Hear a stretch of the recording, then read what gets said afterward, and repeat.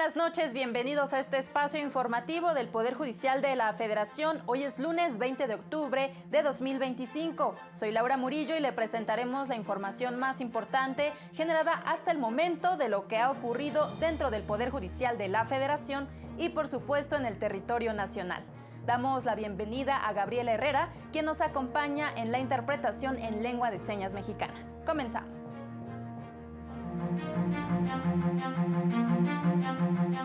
Inicia la Corte Histórica Audiencia Pública para escuchar a personas con discapacidad. La ciudadanía tiene derecho a contar con sanciones claras y previsibles frente a infracciones en materia de justicia cívica, determinó el Pleno de la Corte. La mayoría de los campesinos en el país son víctimas del crimen organizado, advierten líderes. La industria textil responsable del 8% de las emisiones contaminantes en el planeta. En un acto inédito, la Suprema Corte efectuó la primera audiencia pública para escuchar a personas con discapacidad.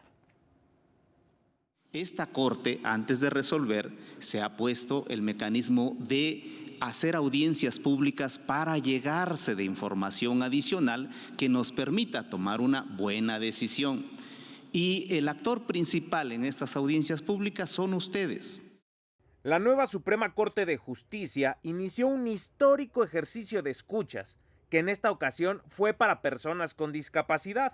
Ministras y ministros atendieron argumentos sobre dos puntos: la invalidez de leyes que hayan sido emitidas sin consultarles previamente y que sea por solicitud de las propias personas con discapacidad que los órganos que pueden promover acciones lo hagan contra disposiciones en las que no hubo consulta previa.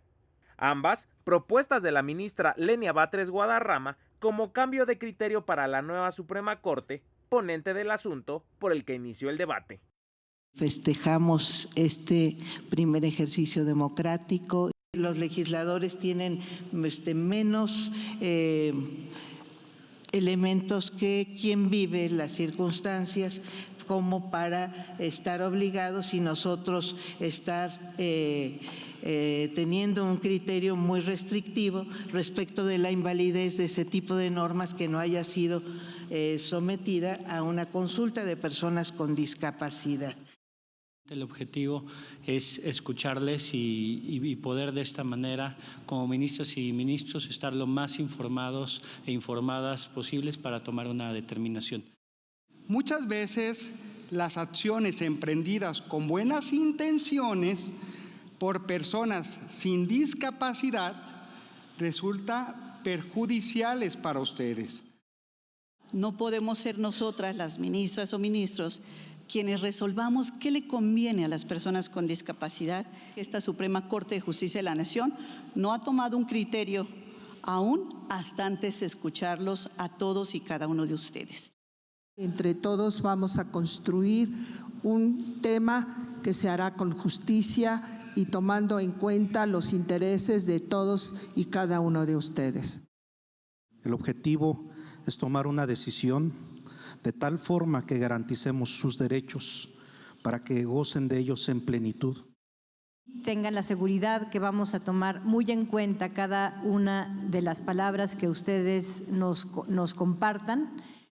En la audiencia de este lunes participaron personas con discapacidad, defensores de derechos humanos y organizaciones civiles que cumplieron con los requisitos de la convocatoria y plantearon sus posturas sobre el cambio de criterio. Al final, corremos ese riesgo que los sujetos legitimados lleven las acciones de inconstitucionalidad a discreción dependiendo de lo que les convenga. Nada sobre nosotros sin nosotros. Que la propuesta es regresiva en la garantía de los derechos de las personas con discapacidad y del ejercicio pleno de la Convención. Hoy hablo no solo por mí, sino por todas las personas con discapacidad que día a día enfrentamos barreras, exclusión y violencia institucional. La consulta de oficio nos ha ayudado mucho, de verdad. No nos dejen en indefensión. No reducir la consulta, sino darle cauce. 102 personas cumplieron con los requisitos para participar en esta primera etapa, por lo que se amplió de 1 a 3 las audiencias que se llevaron a cabo con base en la Constitución y la Ley Orgánica del Poder Judicial de la Federación. El pasado 7 de octubre, la nueva Corte inició el estudio de una acción de inconstitucionalidad contra disposiciones de la Ley de la Comisión de Derechos Humanos de Michoacán. El debate se centró en decidir si esta nueva Corte abandona el criterio de la previa integración, que consiste en invalidar automáticamente normas si faltó la consulta previa a personas con discapacidad. Ante la relevancia del caso, personas con discapacidad pidieron ser escuchadas, por lo que ministras y ministros coincidieron en esperar y tomar una decisión luego de analizar sus posturas en esta primera audiencia pública. Mañana se llevará a cabo el segundo día de audiencias públicas con la participación agendada para 30 personas. Para el canal del Poder Judicial de la Federación, Mario López Peña. Justamente esta primera audiencia pública representó una gran oportunidad para que personas con discapacidad fueran escuchadas. Mi compañero Juan Carlos González nos presenta parte del sentir de las personas que participaron en este encuentro.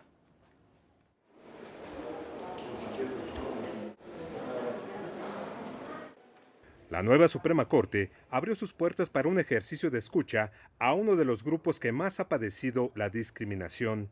Personas con discapacidad y activistas que luchan por sus derechos llegaron hasta la zona de murales del edificio sede.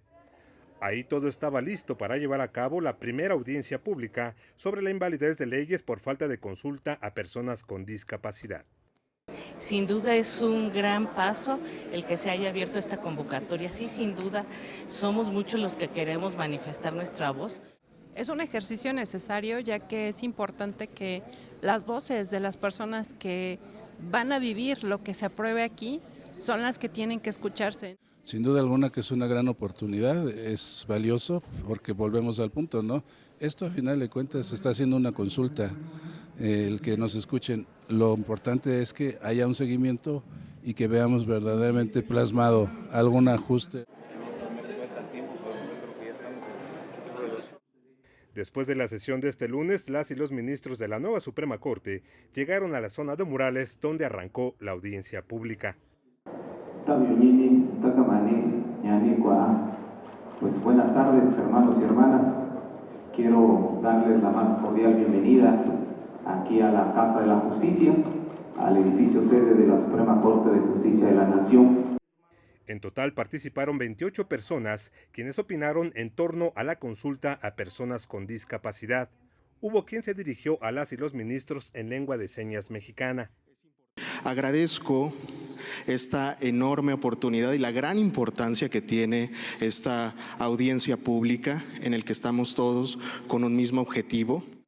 Después de más de 4 horas de audiencia, con 2 breves recesos, finalmente concluyó la primera parte de este ejercicio que dejó una buena opinión entre quienes participaron. Es muy honorable que nuestras voces sean escuchadas y que realmente por primera vez se lleve esta consulta que no se había visto hace mucho tiempo y que no se tome en cuenta nuestras voces. Hoy pues en realidad pues podemos ver, podemos palpar y podemos sentirlo más cerca de nosotros, que sí, nuestras voces son escuchadas. Este martes continuará la audiencia pública. Para el canal del Poder Judicial de la Federación, Juan Carlos González. Y en más noticias, el Pleno de la nueva Suprema Corte invalidó disposiciones de la Ley de Justicia Cívica del Estado de México y también declaró sin materia una contradicción de criterios. El Pleno de la nueva Suprema Corte declaró sin materia una contradicción de criterios, ya que la reciente reforma en materia de amparo permite y contiene elementos para resolver el tema. La contradicción de tesis estaba en determinar si se debía o no desechar una solicitud para que una persona juzgadora no conozca de un impedimento. Las nuevas reformas a la ley de amparo prohíbe expresamente formular recusaciones dentro de las cuestiones accesorias a las del fondo del asunto, como claramente lo es el trámite y resolución de cualquier impedimento. Al determinar que quedó sin materia, el Pleno no emitió criterio. En otro asunto, el Pleno de la nueva Corte invalidó artículos de la Ley de Justicia Cívica del Estado de México que buscaban sancionar faltas de respeto o agresiones verbales en espectáculos, así como la creación de un registro de personas infractoras en materia de justicia cívica. En el primer caso, por ser ambiguas, y en el segundo, porque es facultad exclusiva de la Federación legislar sobre el registro de personas detenidas. Dicho registro resulta innecesario porque el Registro Nacional de Detenidos ya contempla la inscripción de personas detenidas en virtud de procedimientos administrativos ante el juez municipal o cívico. Para el canal del Poder Judicial de la Federación, Mario López Peña. Y en más información, el Poder Judicial de Yucatán contempla la contratación de al menos 10 intérpretes en lengua maya como parte del proyecto presupuestal 2026, reveló la magistrada presidenta Erika Torres López. Indicó que será la primera vez que el Poder Judicial cuente con intérpretes en lenguas indígenas para brindar atención especializada a pueblos y comunidades indígenas en la región. Dicho personal, señaló, no solo deberá hablar maya, sino también tendrá que contar con una certificación que avale su conocimiento y formación jurídica. Representantes de productores agrícolas y líderes sindicales pidieron aumentar el presupuesto del 2026 al sector rural para enfrentar necesidades de infraestructura productiva e inseguridad. Representantes de organizaciones campesinas exigieron una asignación justa y eficiente de los recursos públicos para el ejercicio fiscal 2026, al señalar que la mayoría de los productores agrícolas son víctimas del crimen organizado. Ante esta situación, el diputado de la Comisión de Agricultura, José Narro Céspedes, indicó que se analizarán las prioridades del sector rural para promover la soberanía alimentaria, seguridad y garantizar la protección de sus derechos. Hoy tenemos problemas serios porque con eso no se rescata, no se recupera ni siquiera lo que se invirtió, la gente pierde y sigue perdiendo el campo. Y resulta que siempre los que pierden son los productores y los que ganan son los coyotes y los comercializadores y las ventas finales. Líderes sindicales coincidieron en la necesidad de incrementar en 10% el presupuesto y fortalecer los programas de apoyo a la producción de alimentos. Nosotros venimos exigiendo más presupuesto para el campo. Actualmente se están aprobando 525.634 millones de pesos, dentro de los cuales se está haciendo una reducción para la Procuraduría Agraria y para el RAN entre 200 millones de pesos y 250 millones de pesos. Hoy nos encontramos con otro grave problema. Los coyotes y la delincuencia organizada nos están obligando a vender nuestro producto a menos del costo. Necesitamos un presupuesto digno en donde pueda abarcar todos los ámbitos que tanto es agricultura como ganadería. Por su parte, la secretaria de Acción Femenil destacó que más de 1 millón de mujeres dedicadas a la ganadería, agricultura y pesca han perdido el acceso a programas sociales. Desafortunadamente, en los últimos años, el presupuesto para las mujeres del campo lo han quitado. Para el canal del Poder Judicial de la Federación, Rosy García. La Fiscalía de Michoacán informó sobre el homicidio de Bernardo Bravo Manríquez, presidente de la Asociación de Limoneros del Valle de Apatzingán. La víctima fue hallada con signos de tortura en la carretera Apatzingán-Presa del Rosario. Las primeras indagatorias judiciales apuntan a que se trató de un acto ejecutado por el crimen organizado.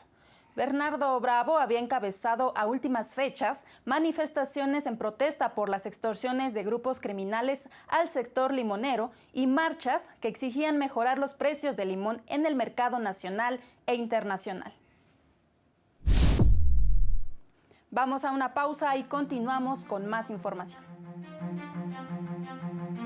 Al regresar, otorgan amparo a pueblos originarios de San Andrés Cholula, Puebla, por falta de consulta previa.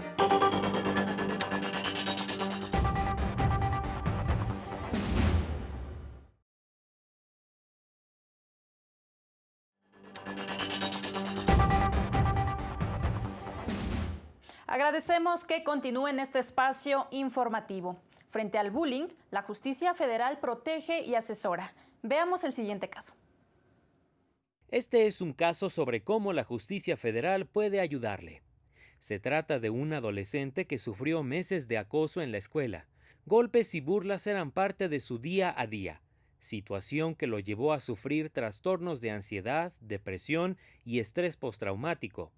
La madre del menor promovió un amparo y pidió la protección urgente. Sin embargo, un juez se la negó al advertir que el bullying no está tipificado en la Constitución mexicana. No obstante, un tribunal colegiado revocó esta determinación y argumentó que sí se contempla cuando la acción destruye la mente de un menor. Su tesis establece que el bullying o acoso escolar puede equipararse a tortura o trato cruel, que afecta a niñas, niños y adolescentes en situación de vulnerabilidad por estrés, trauma o enfermedad mental, por lo que los jueces deben conceder en el juicio de amparo la suspensión de oficio y la protección inmediata de la víctima. Para el canal del Poder Judicial de la Federación, Jesús Daza. Y el pasado fin de semana tuvo lugar en Mérida, Yucatán, el Encuentro de Arte Textil Mexicano Original, un espacio de reunión para más de 350 creadoras y creadores de pueblos y comunidades de todo el país, quienes compartieron su talento, tradición e identidad. El evento congregó a más de 13,000 asistentes en el Centro de Convenciones Yucatán Siglo XXI y el Gran Museo del Mundo Maya, que también albergaron presentaciones musicales, pasarelas de arte textil, actividades escénicas, conversatorios, talleres, ciclos de cine y mucho más. Original es una propuesta nacida en la Ciudad de México que por primera vez sale al interior de la República para reflexionar y difundir la evolución de la tradición textil, la preservación de prendas como el terno y el huipil, así como el respeto por la técnica proveniente de los saberes comunitarios, un elemento esencial para mantener el legado histórico de sus pueblos. La industria de la moda se ha convertido en uno de los principales generadores de emisiones globales de efecto invernadero. ¿Qué podemos hacer para minorar el impacto? Óscar González nos presenta la información. La industria de la moda produce el 8% de las emisiones globales de efecto invernadero y cada segundo equivale a un camión lleno de basura de ropa que se incinera o se va a vertederos. A nivel mundial, las personas en general cada vez compran más ropa, pero la utilizan menos, lo que alimenta el desperdicio y la contaminación ambiental de acuerdo con un reporte de Naciones Unidas. En este sentido, especialistas advierten de las graves consecuencias del llamado fast fashion. Pero en esta época lo que hacen los chicos es tirarla. Y entonces al año se están produciendo 92 millones de toneladas al año de ropa que termina en los vertederos y es ropa útil. Titulada 5 formas de reducir los residuos de la industria de la moda. La investigación acusa a estas prácticas de cobrar un precio cada vez más alto en el planeta, no solo avivando la contaminación, sino alimentando el cambio climático y devorando tierras. Esto está produciendo el 10% de la contaminación global en las emisiones de dióxido de carbono. Se afirma, no obstante, que hay algunas medidas, incluso simples, las cuales pueden ayudar a minimizar el desperdicio y reducir su costo ambiental. Entre ellas, construir una industria de la moda más circular, es decir, mantener la ropa y las materias primas en uso durante el mayor tiempo posible, mejorar el reciclaje de las telas, eliminar los productos químicos peligrosos de las telas, cambiar la narrativa de que lo más nuevo siempre es lo mejor, así como comprar menos y cada que se pueda, adquirir prendas de mayor calidad. Para el canal del Poder Judicial de la Federación, Óscar González. El primer tribunal colegiado en materia administrativa del Sexto Circuito otorgó un amparo a los pueblos originarios de San Andrés Cholula, Puebla, en contra del ayuntamiento, el cual desconoció el proceso de consulta indígena para elaborar un nuevo programa de desarrollo urbano en el municipio. Lo anterior con el objetivo de detener la expansión inmobiliaria que ha provocado escasez de agua y un alza en el costo del impuesto predial. situación que ha orillado a los campesinos a vender sus tierras e incluso a mudarse de la localidad. Esta suspensión definitiva ordena retomar la consulta previa a la emisión del Programa Municipal de Ordenamiento Territorial y Desarrollo Urbano de San Andrés Cholula. Señala que la Constitución Federal reconoce el principio territorial de sus pueblos y el derecho preferente de las comunidades al uso y disfrute de los recursos naturales de los lugares que ocupan. La Cámara de Diputados analizó la actualización del sistema de participación popular durante la primera reunión de la Comisión de Reforma Política Electoral. El sistema de participación popular debe ser actualizado y revisado. Se concluyó durante la primera reunión de la Comisión de Reforma Política Electoral en la Cámara de Diputados con representantes del Gobierno federal. Hoy tenemos una ciudadanía diferente. Ha habido una elevación de la conciencia política y una convicción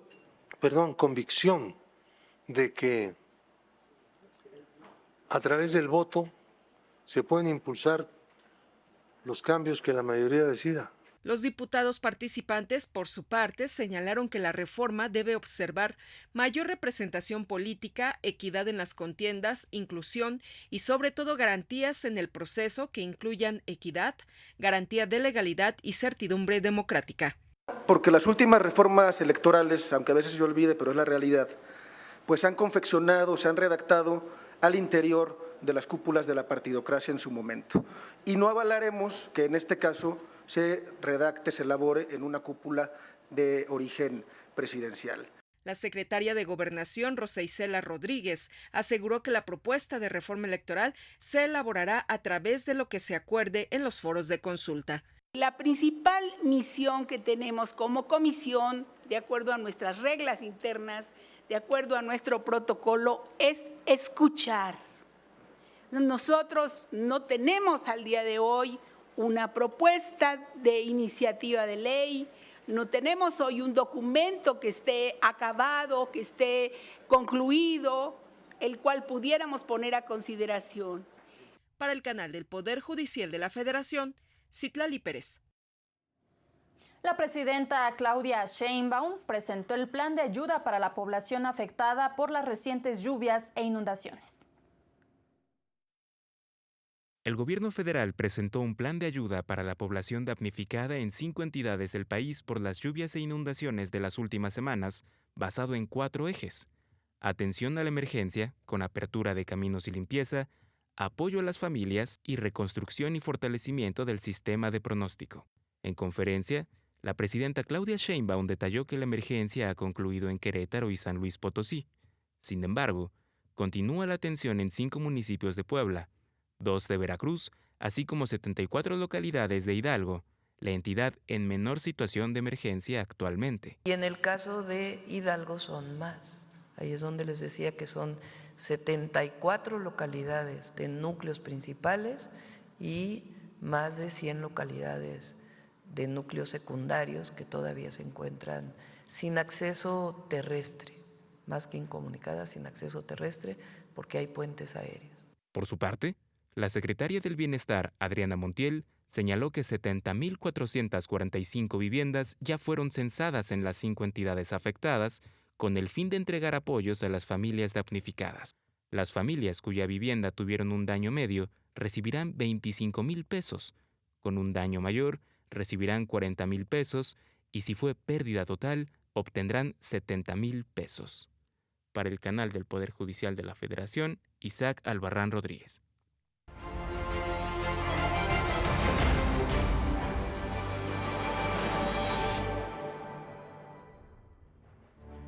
Entre enero y septiembre de este año se registraron 4.339 denuncias por robos en el transporte público en el Estado de México, un promedio de 15 diarios. El 83.5% fueron violentos, de acuerdo con cifras del Secretariado Ejecutivo del Sistema Nacional de Seguridad Pública.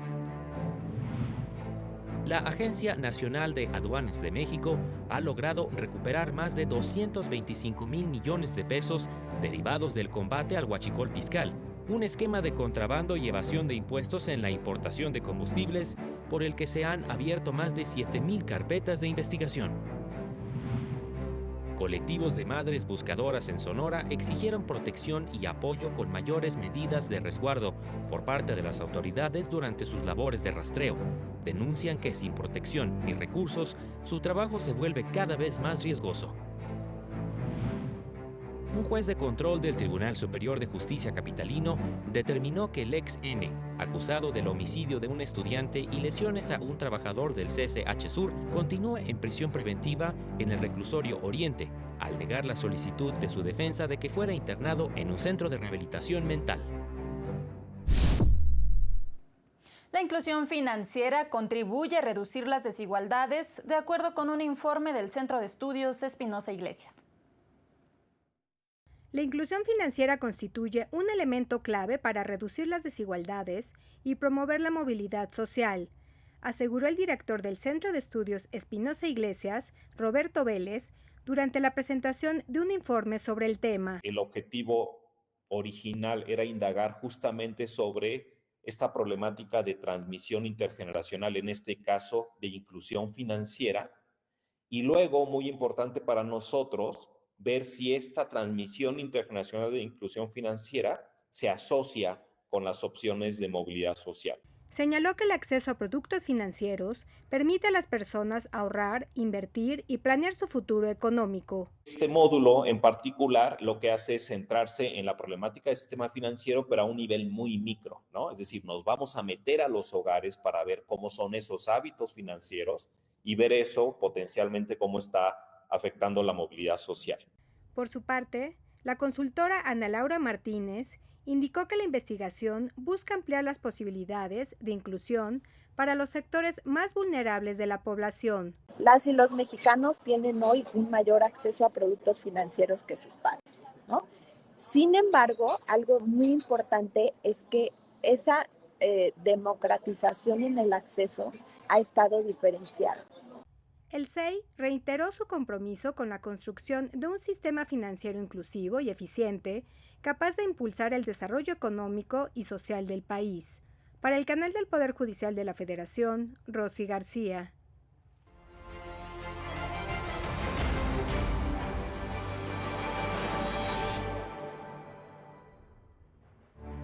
El tipo de cambio se ubicó en 18 pesos con 40 centavos por dólar, de acuerdo con información del Banco de México.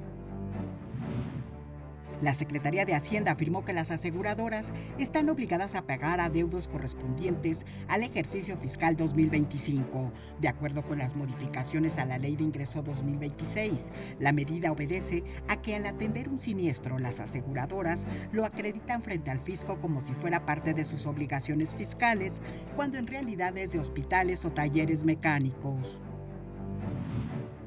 Para unificar consensos sobre las prioridades del país, la Secretaría de Economía sostiene consultas con 30 sectores productivos clave del país, con las que busca alcanzar una posición lo más cohesionada posible sobre el TEMEC previo a su revisión en 2026, informó el secretario de Economía, Marcelo Ebrard, quien la semana pasada se reunió con representantes del Consejo Coordinador Empresarial y del Movimiento Obrero.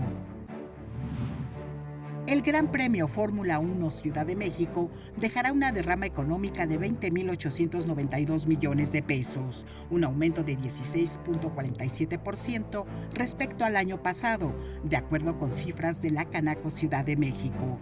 Las unidades económicas más beneficiadas serán hoteles y negocios de hospedaje con más de 344 millones de pesos. Antes de despedirnos, le invitamos a mantenerse en la señal del canal de televisión del Poder Judicial de la Federación. Que tenga una excelente noche y hasta la próxima.